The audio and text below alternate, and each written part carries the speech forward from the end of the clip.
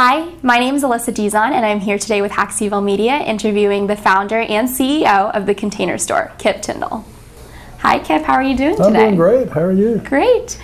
Okay, so my first question is, you're known for unique philosophies on business principles, including that women make better executives than men, retail companies have a moral obligation to their employees, and business is about intuitive, personal decisions. Do you find it difficult to navigate in an industry not governed by these beliefs, and how do you work with people who do not share in these convictions?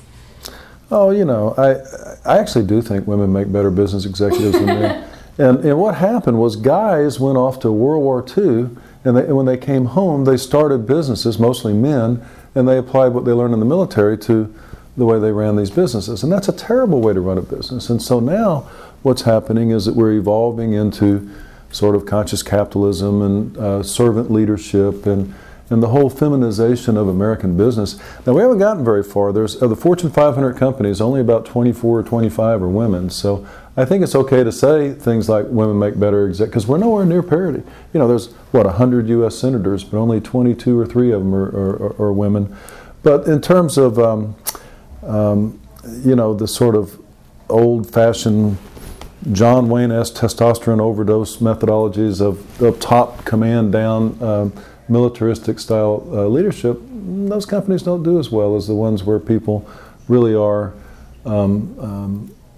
like in the case of the Container Store, putting the employee first. And I think something like 16 or 17 of our top 21 or 22 employees are women. Also, I think it's a really good idea to hire your customers. And if you hire your customers, they're eventually going to run your business, right? So that's another reason we do that. But servant leadership, people, communication is leadership and communication. You can't talk about the feminization of American business without making generalizations, but guess who tends to communicate better, men or women? So yeah, we like women in executive roles. And I still think we have a long way to go. Right. And so do you find it difficult to work with people who don't, you know, share these beliefs that you have? I think skepticism about things like conscious capitalism is really vanishing. And when I get skepticism, it's usually from like high school seniors, you know, in very competitive private schools where all they care about is their grades, and now all they're going to care about is making money.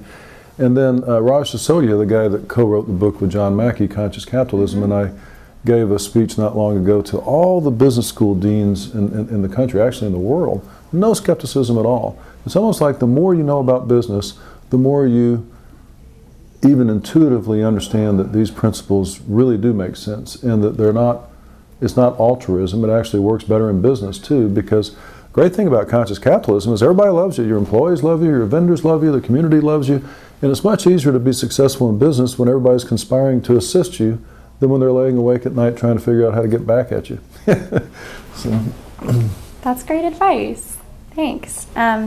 So as consumers become increasingly interested in purchasing products that are good for the planet, and as you were saying, society and businesses feel more pressure to project a positive image, how does the average customer differentiate between a company with good CSR versus a company that has genuine conscious business practices? And on the flip side, how should young talent who are looking for mission-driven employers make that differentiation? Yeah. I think just trusting your instincts and trusting your gut. I don't think you can fool consumers about how conscientious or conscious you know, your business is, and you get a lot of the worst examples doing showy little things, and that's good. We'll take it. You know, I mean, when we talk about spreading the word of conscious capitalism, which I'm very involved in and really enjoy doing, we say, you know, you have to let a few sinners into your tent, or you're going to be pitching a really small tent. So even the worst examples of companies that are thought of being pretty close to the opposite of conscious capitalist type companies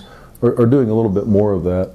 Of course, younger consumers today really do vote with their pocketbooks. But what's cool is, you know, baby boomers are the ones that still have all the money, and you know, millennials are great, but the baby boomers have all the money, and they're voting with their pocketbooks a little bit more. And so it really does begin to pay, and the employees really vote with who they people join our company and they never leave. We have, you know, single-digit turnover in an industry that averages triple-digit turnover, and I think it's because they really agree with and are proud of, you know, the way we do business, the way we operate.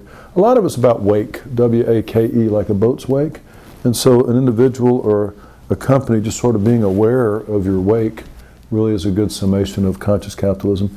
And your wake and all of our wakes are so much bigger than we know that everything you do and everything you don't do impacts all the people around you a lot more than you think it does.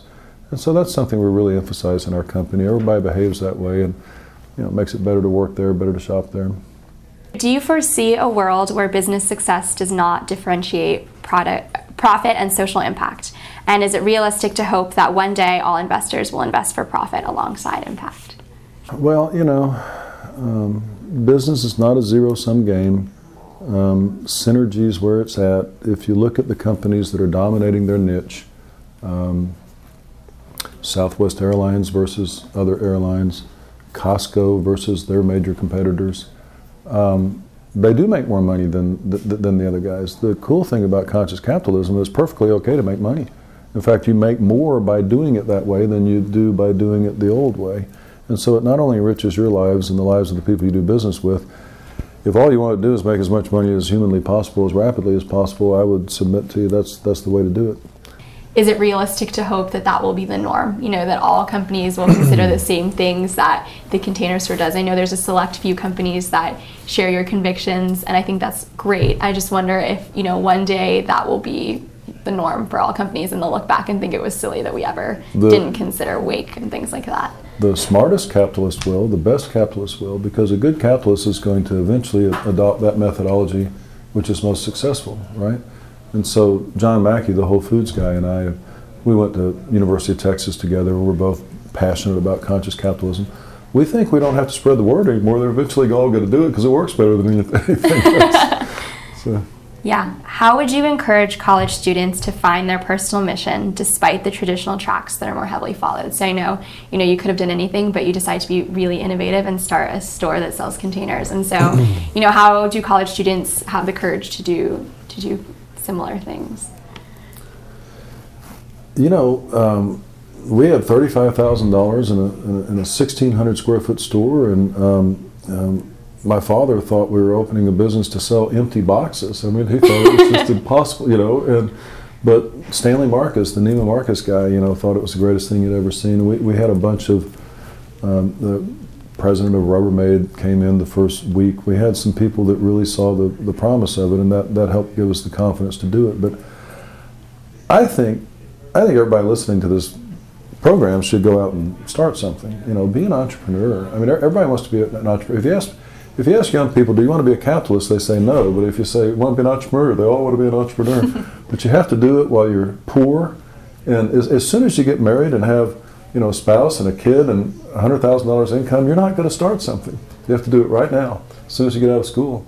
And what? I don't know. That's different for each person. This is pretty wacky. I mean, selling storage and organization products to sell space and sell time.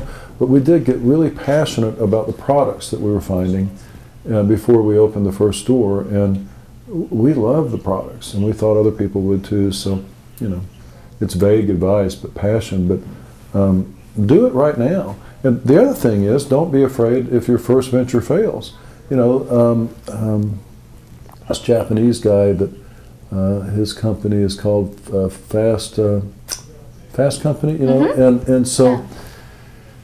He has a goal by 2020 to sell more clothing than anyone on the planet, and he might make that. And he's got a book that translates pretty much to "I failed 9 times out of 10."